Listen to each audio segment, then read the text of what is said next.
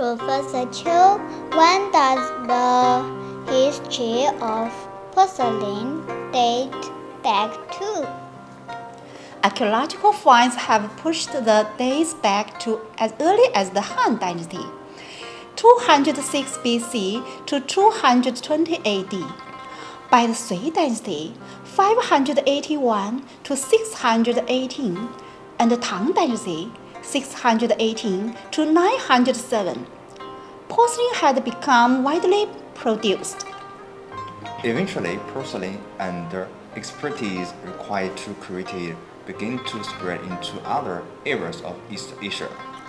When did the art of ceramics reach its peak?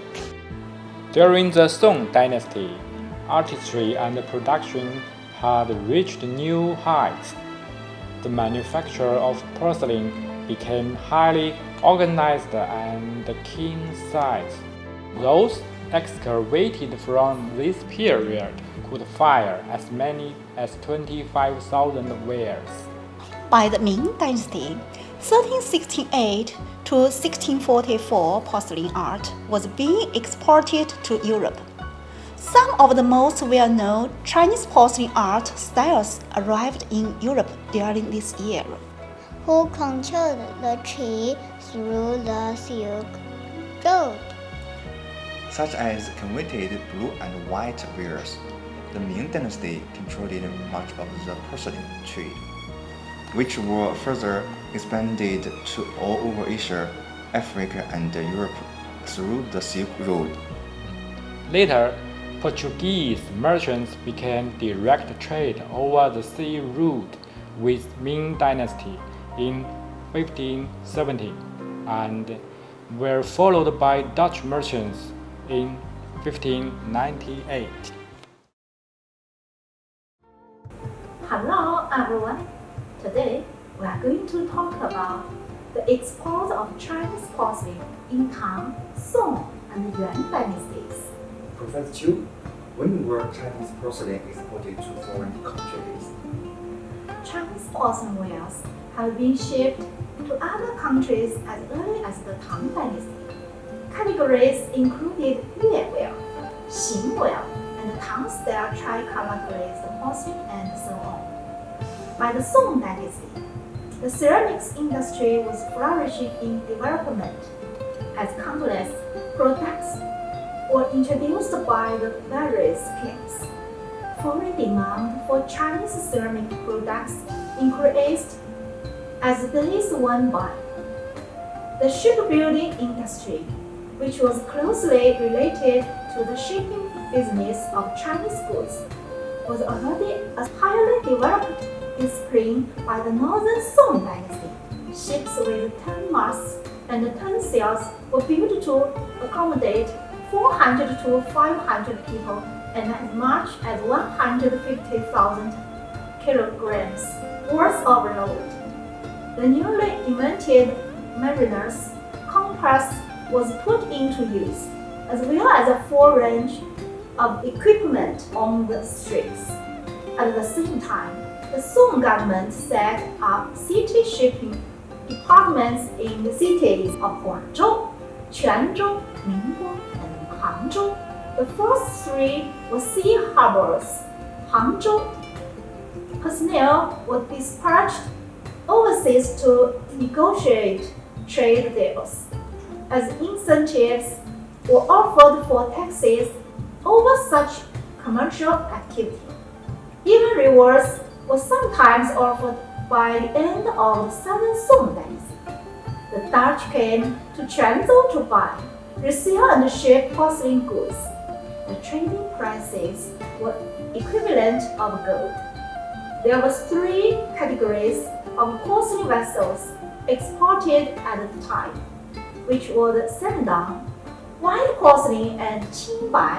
Song dynasty porcelain crafts and technology were also introduced to other countries.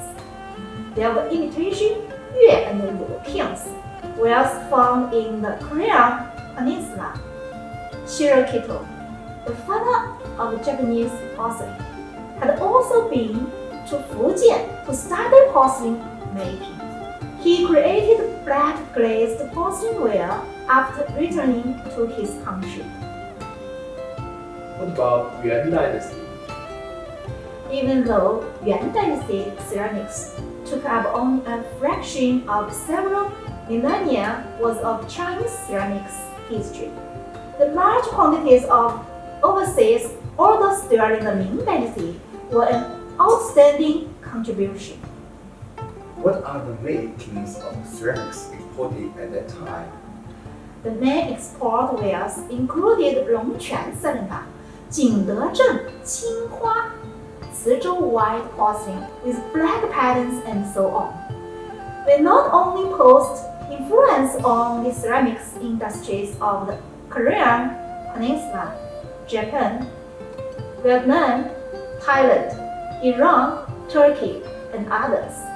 Even the painting and the decorative arts of these areas were influenced by the export wares.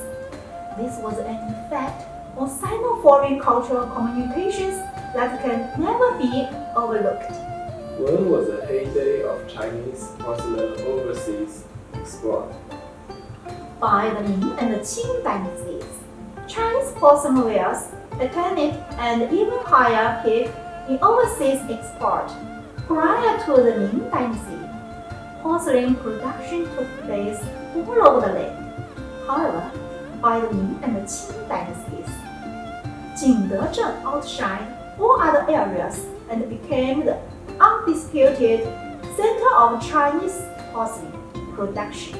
Many factors contributed to its success. Why is this the case?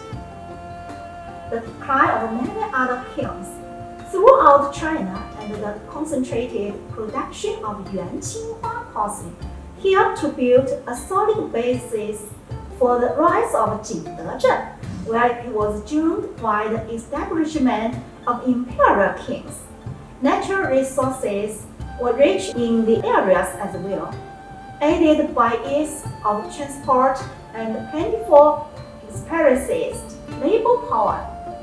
Thus, Jingdezheng not only monopolized the domestic porcelain markets, but also dominated the overseas export markets of porcelain.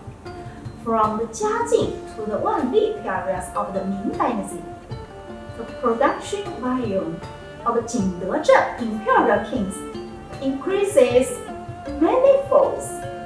Commoners kings in the Jiajing period numbered over 900 with 100,000 porters. Where did the ceramic goods produced in Jingdezheng sell to?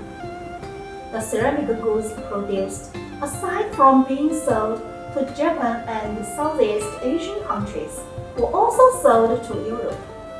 Thank you, Professor Chu, for introducing so much knowledge to us. That's all for today. Thanks for watching. See you next time.